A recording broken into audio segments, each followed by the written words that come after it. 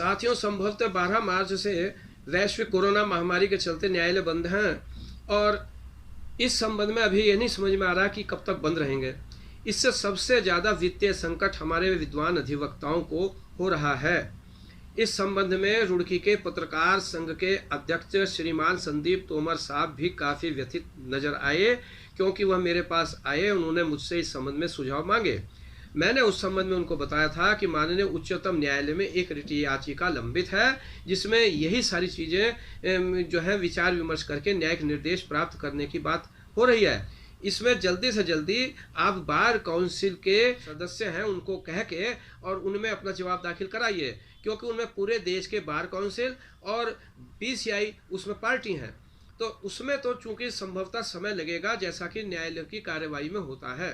इसी बीच में यह भी सूचना आई, कानपुर जनपद में एक वकील साहब वित्तीय संकट के कारण ई रिक्शा चलाने पर मजबूर हुए। बहुत ही कष्ट हुआ, जो शब्दों में बयान नहीं किया जा सकता, कि हमारा ऐसा विद्वान तबका इस हालत में पहुंच गया है और पता नहीं अब तक आगे क्या हो और कौन कौन से परेशानियां किन किन विद्वान अधिवक्ताओं को उठानी पड़े, कुछ नहीं कहा जा सकता।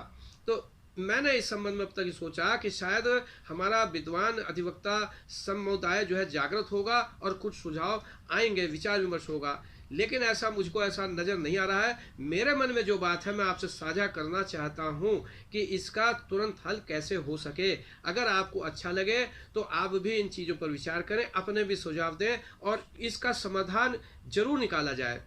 मेरे दिमाग में एक चीज़ आती है, नंबर 1, कि जब आपने देखा होगा कि जब उच्च न्यायालय के या उच्चतम न्यायालय के न्यायाधीश महोदय आते हैं और उनका स्वागत समारोह होता है, तो हम काफ़ी पैसा इकट्ठा कर लेते हैं, जनता भी देती है और जो हमारे प्रदेश के और हमारे ज़िले के सांसद हैं, विधायक हैं, इनसे भी हम चंदा ले लेते हैं, लाखों रुपया इकट्ठा करते हैं। ये मेरा खुद का अनुभव है। तो हम अपने जो ज़िले हैं उनके सांसद हैं, विधायक हैं, जनप्रतिनिधि हैं, उनसे भी एक चंदा लेकर एक कोष बनाएं, इमरजेंसी फंड अपने ज़िले में बनाएं। और इसमें न्यायालय का योगदान ये रहेगा, क्योंकि राज्य सरकारें वैसे पैसा नहीं दे रही हैं, लेकिन सबसे बड़ी चीज़ क्या है कि ये न्यायालय को समझना पड़ेगा कि दंड प्रक्रिया संहिता में धारा 309 है।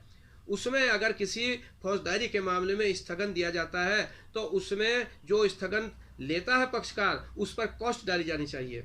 क्यों नहीं अभियोजन पे राज्य सरकारों पर कॉस्ट डाली जाती? 20-20, 50-50 वो स्थगन लेते हैं। हमारे वकील महोदय जो है उनका समय खराब होता है, सारे दिन एक एक केस में बैठे रहते हैं। वादकारी आते हैं, वो भी बेचारे सारे दिन बैठे रहते हैं, तो कितना उनका नुकसान होता है। कोरोना महामारी में इसमें समझना पड़ेगा कि आप पहले से स्थगन बताइए, जिससे हमारे वकील साहबान, वादकारी जो है दूर से आने वाले वहाँ ना आए।